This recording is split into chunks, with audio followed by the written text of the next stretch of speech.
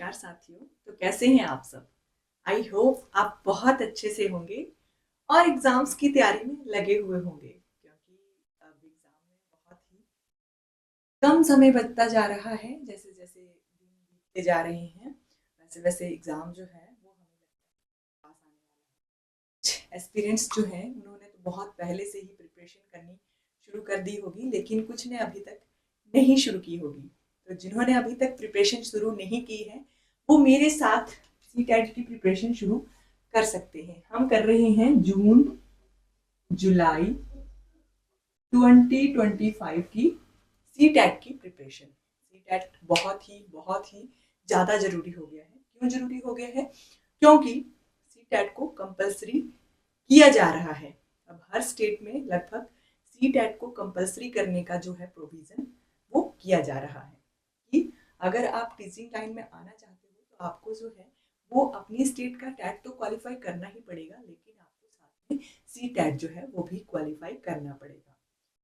तो C TET की preparation में हम कर रहे हैं अभी तक एसएसटी वाला पार्ट। ठीक है, तो ये एसएसटी वाला पार्ट है और इसमें एसएसटी में हम ये जो क्लास है ये है क्लास नंबर 4। ठीक है, और एसएसटी का जो पार्ट है इसमें हम एंशियंट हिस्ट्री से शुरू कर रहे हैं, क्योंकि एंशियंट हिस्ट्री जो है उसमें बहुत सारे क्वेश्चंस जो हैं वो एग्जाम्स में पूछे जाते हैं।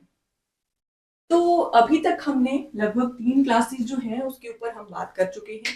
अगर आपने उन क्लासेस को नहीं देखा है तो प्लीज़ उन क्लासेस को जाकर जरूर चेक करें। और जैसे ही आपको मेरा वीडियो अगर मिल जाता है तो आप मेरे सभी वीडियोस को जरूर जाकर देखें, क्योंकि ये बहुत ज़्यादा बेनिफिशियल रहने वाले हैं। क्योंकि हम कर रहे हैं टॉपिक वाइज सी टेट की तैयारी। और टॉपिक वाइज इसलिए कर रहे हैं क्योंकि जो एग्जामिनर है वो एक छोटी छोटी लाइन से भी अब क्वेश्चन पुट कर रही है। पहले आते थे बहुत लंबे लंबे क्वेश्चन, लेकिन अब जो है वो स्ट्रेट सीधे ही लाइन में क्वेश्चन पूछा जा रहा है। और क्वेश्चन इतना डीप में जाकर पूछा जा रहा है कि जिन क्वेश्चंस को हम छोड़ देते हैं ये समझकर कि ये क्वेश्चन क्या ही पूछा जाएगा एग्जाम में, वही क्वेश्चन जो है हमें एग्जाम में देखने को मिलता है। तो आज की क्लास का टॉपिक है वैदिक सभ्यता एवं संस्कृति। तो हम जो है सिंधु घाटी सभ्यता के बारे में पढ़ चुके हैं। आज है वैदिक सभ्यता एवं संस्कृति। हमें वैदिक सभ्यता और संस्कृति के बारे में भी पता होना चाहिए, क्योंकि क्वेश्चंस यहाँ से भी पूछे जाते हैं।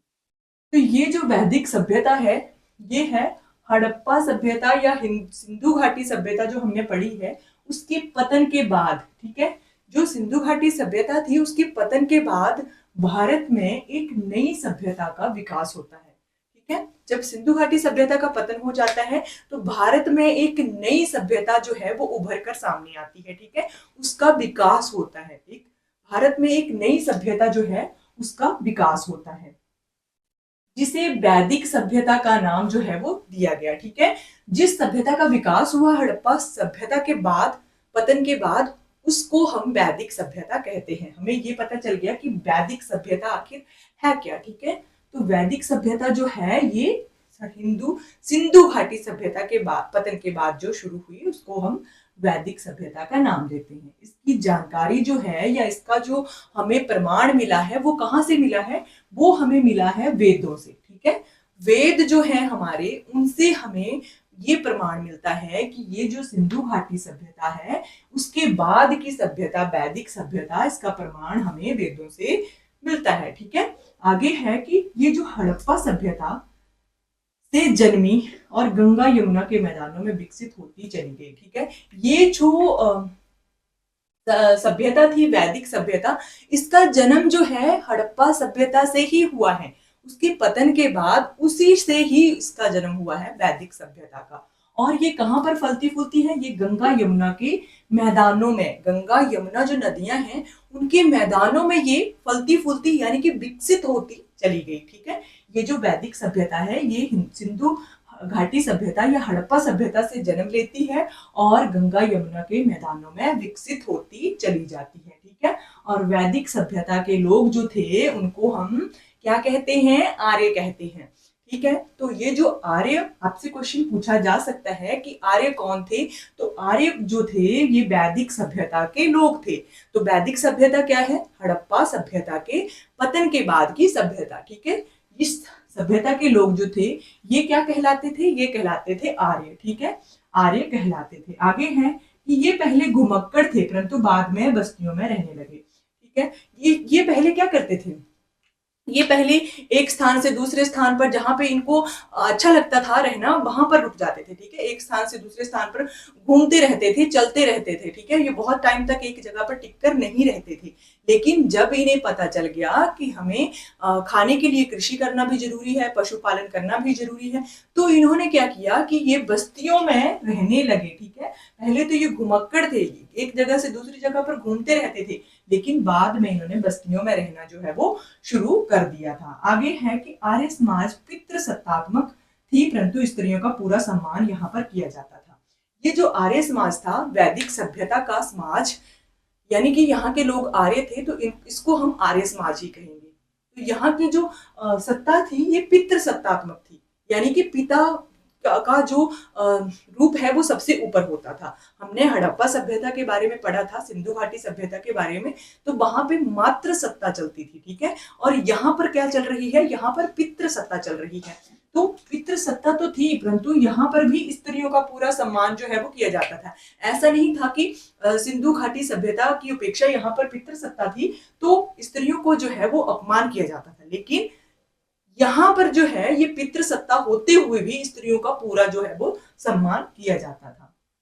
आगे है कि चारों वेदों में वर्णित संस्कृति वेदों वैदिक संस्कृति कही जाती है। ये जो हमें कहां से प्रमाण मिला कि ये वैदिक सभ्यता है, हमें वेदों से प्रमाण मिला।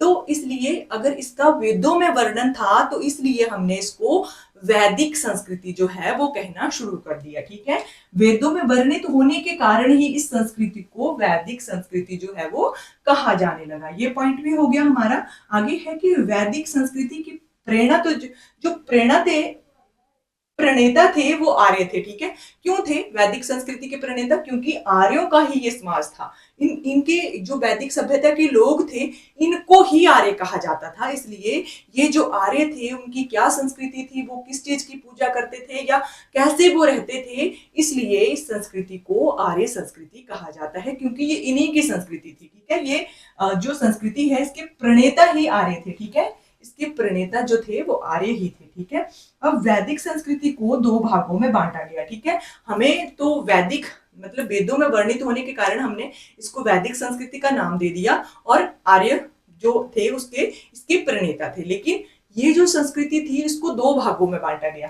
कौन से दो भागों में, ऋग्वैदिक काल और उत्तर वैदिक काल। ठीक है, ऋग्वैदिक काल जो था ये 1500 ईसा पूर्व से 1000 ईसा पूर्व और उत्तर वैदिक काल जो था ये 1000 ईसा पूर्व से 600 ईसा पूर्व तक चला था। ठीक है, तो ये दोनों भागों में जो है वैदिक संस्कृति को बांटा गया था। ये भी आप इंपॉर्टेंट है, आपने याद रखना है कि वैदिक संस्कृति को दो भागों में यानी कि ऋग्वैदिक काल और उत्तर वैदिक काल में बांटा गया था।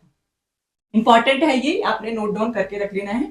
जैसा कि मैं हर क्लास में आपको बोलती हूँ कि प्लीज कॉपी और पेन लेकर जरूर बैठिए और जितने भी पॉइंट्स मैं ये आपको बताती हूँ प्लीज नोट डाउन करके जरूर रख लें, क्योंकि ये आपके बहुत काम आने वाले हैं। जब एग्जाम पास में होता है तब हम सोचते हैं कि कहाँ से पढ़े, तो अगर आपने नोट्स बनाए होंगे तो आपके लिए बहुत ज्यादा हेल्पफुल ये रहने वाले हैं।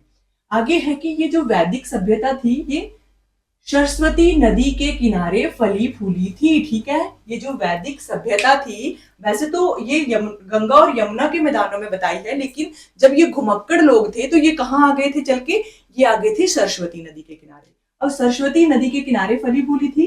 ऋग्वेद में इस नदी को, कौन सी नदी की बात कर रहे हैं हम कर रहे हैं सरस्वती नदी की बात। अब ऋग्वेद में इस नदी, ऋग्वेद कौन सा वेद है, सबसे पुराना हमारा वेद है ये। ठीक है, तो इस वेद में जो है इस नदी को नदीत्मा, नदीत्मा मतलब नदीत्मा का अर्थ होता है पवित्र नदी, पवित्र नदी कहा गया है। कौन सी नदी को, सरस्वती नदी को। सरस्वती नदी को ऋग्वेद में पवित्र नदी कहा गया है क्योंकि यहाँ पर जो वैदिक सभ्यता थी इसके किनारे ही फली फूली थी। ठीक है, तो आगे है आर्यों के निवास क्षेत्र को सप्त सैंधव प्रदेश कहा जाता था। अब मैंने आपको बताया कि ये जो आर्य थे वैदिक सभ्यता के लोग जो थे ये क्या थे, ये एक तरह से घुमक्कड़ लोग थे। ये क्या करते थे, ये करते थे कि एक जगह से दूसरी जगह, दूसरी जगह से एक जगह, और ये ऐसी जगहों पर रहना पसंद करते थे जहां इनको अपनी जरूरत की सारी चीजें मिल जाएं। जैसे कि पानी मिल जाए, सबसे इंपॉर्टेंट तो पानी ही होता है, ठीक है। तो ये कृषि के लिए पानी चाहिए, खाना बनाने के लिए पानी चाहिए, घर बनाने के लिए भी पानी चाहिए। तो ये ऐसी जगहों पर, यानी कि जो नदी के किनारे होते थे, मैदान होते थे नदी के किनारे के, वहां पे रहना ये पसंद करते थे। और ये आर्य जो थे, इनको सप्त सैंधव प्रदेश इसलिए कहा गया है, इनके निवास क्षेत्रों को, क्योंकि ये जो नदियां थी, ये 7 नदियां थी जिनके किनारे पे इन्होंने अपना जो है वो बसेरा बनाया हुआ था। कौन कौन सी नदियां थी? सिंधु नदी के किनारे ये रह चुके थे, सरस्वती नदी के किनारे सतलुज नदी, व्यास नदी, रावी, झेलम और चिनाब। ये जो 7 नदियां थी, इन सातों ही नदियों के किनारे इनके जो निवास स्थान थे वो थे, इसलिए सप्त सैंधव कहा जाता था इनके निवास स्थान को, ठीक है। सप्त सैंधव प्रदेश कहा जाता था इनके निवास स्थान को। ये मैंने आपको बता दिया कि क्यों रहते थे ये नदियों के किनारे, क्योंकि जरूरत की सभी चीजें जो थी उनको नदियों के किनारे जो मैदान होते थे वहीं पर इनको मिल जाती थी, ठीक है। तो ये नदियों के किनारे रहना ज्यादा पसंद करते थे, और सप्त सैंधव जो है इनके प्रदेश को, निवास स्थान को कहा जाता था। सरस्वती नदी के किनारे इनकी सभ्यता जो है सबसे ज्यादा फली फूली है। आगे है कि ये जो वैदिक काल था, इसमें गाय को क्या कहा जाता था? गाय को पशुधन यानी कि मुद्रा के समान समझी जाती थी। जिस घर में गाय होती थी वहां उस घर के व्यक्ति को सबसे अमीर समझा जाता था, क्योंकि गाय जो थी इनके लिए मुद्रा यानी कि पैसों के समान थी, कि उस व्यक्ति को समझा जाता था कि ये तो बहुत धनवान है, इसने गाय पाल रखी है, ठीक है। तो ये जो गाय थी, ये उस समय आर्य समाज के लोगों के लिए ये गाय जो थी ये पशुधन यानी कि मुद्रा के समान समझी जाती थी। आगे है कि ऋग्वेद में अधन्य शब्द गाय के लिए प्रयोग किया गया है। कौन सा शब्द? ये भी इंपॉर्टेंट है कि ऋग्वेद में गाय के लिए, अगर मुद्रा समझी जाती थी गाय, तो गाय के लिए ऋग्वेद में कौन सा शब्द जो है वो प्रयोग किया गया है? तो गाय के लिए अधन्य शब्द जो है वो प्रयोग किया गया है। ये बहुत इंपॉर्टेंट है, इसको आपने जरूर लिख लेना है कि ऋग्वेद में अधन्य शब्द जो है वो गाय के लिए प्रयोग किया गया है। आगे है कि वेद शब्द जो है ये विद शब्द से बना है। ये जो वेद शब्द है ये कौन से शब्द से निकला है? ये निकला है विद शब्द से, विद धातु से। तो विद से बना है जिसका अर्थ क्या होता है? ज्ञान अथवा बुद्धिमता, ठीक है। क्या अर्थ होता है? ज्ञान अथवा बुद्धिमता, ठीक है, कहा जाता है वेद को। इन्हें श्रुति भी कहा जाता है, वेदों को श्रुति भी कहा जाता है, ये भी आपने याद रख लेना है। अब हमारे वेद कितने हैं? 4 प्रकार के हमारे वेद हैं। कौन कौन से हैं? ऋग्वेद, सामवेद, यजुर्वेद और अथर्ववेद, ये चारों वेद हैं, ठीक है। तो ये जो ऋग्वेद, सामवेद और यजुर्वेद हैं, इनको वेदात्रयी कहा जाता है। क्यों कहा जाता है वेदात्रयी? क्योंकि पहले हमारे जो थे ये 3 ही वेद थे, ठीक है। सबसे पहले हमारे 3 ही वेद थे, इसलिए इनको वेदात्रयी जो है वो कहा जाता था। अथर्ववेद जो है ये सबसे नया वेद है, ठीक है। ये भी क्वेश्चन आपसे पूछा जा सकता है कि कौन सा वेद जो है वो सबसे नया है, ठीक है। तो सबसे जो नया वेद है वो अथर्ववेद, जो सबसे बाद में आया, सबसे लास्ट में आया है, ठीक है। आगे है कि वेदों के संकलन कर्ता जो थे, यानी कि वेद जो थे उनको किसके द्वारा संकलित किया गया था? तो वेदों को संकलन कर्ता जो थे महर्षि कृष्ण द्वैपायन वेद व्यास जी थे। आप सीधा भी याद रख सकते हो कि अगर इतना लंबा नाम आप नहीं याद रखना चाहते हो तो वेदों के संकलन कर्ता वेद व्यास जी थे, ठीक है। वेद व्यास आप नाम याद रख सकते हो। वैसे एग्जाम में आपसे पूरा नाम भी महर्षि कृष्ण द्वैपायन भी पूछा जा सकता है। महर्षि कृष्ण द्वैपायन वेद व्यास जी वेदों के संकलन करता थे। ये इंपॉर्टेंट फैक्ट है, जरूर लिख लेना इसको। आगे है कि ऋग्वेद जो है ये सबसे प्राचीन वेद है, सबसे पुराना वेद जो है, सबसे प्रथम वेद जो है ये है ऋग्वेद। और इसमें ये पूछा जा सकता है कि इसमें कितने सूक्त हैं? तो 1028 इसमें सूक्त हैं और 10 इसमें मंडल हैं, ठीक है। इसमें 10 मंडल हैं, ठीक है। तो इससे चारों वर्णों का उल्लेख मिलता है। चारों वर्णों का उल्लेख मतलब कि जो ब्राह्मण, क्षत्रिय, वैश्य और शूद्र थे, ये हमारे 4 वर्ण थे। तो इन चारों ही वर्णों का जो उल्लेख मिलता है ये हमें कौन से वेद में मिलता है? ये ऋग्वेद में ही मिलता है, ठीक है।